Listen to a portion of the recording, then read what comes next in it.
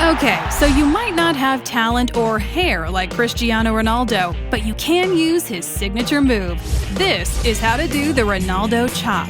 Whether you're playing Champions League or Rec League, this maneuver is a sly and incredibly effective way to change direction with the ball while running at top speed. It starts with a bit of a hop with your plant foot, like that. Then it's a chop of the outside of the ball with your dribbling foot in the opposite direction. The idea is to slice the ball slightly backwards and to the side, like that, and then cut away from the defender, who will likely be faked out. Let's see that again. A little hop, and then the chop. Then off to daylight. Channel your inner Ronaldo, abs not included.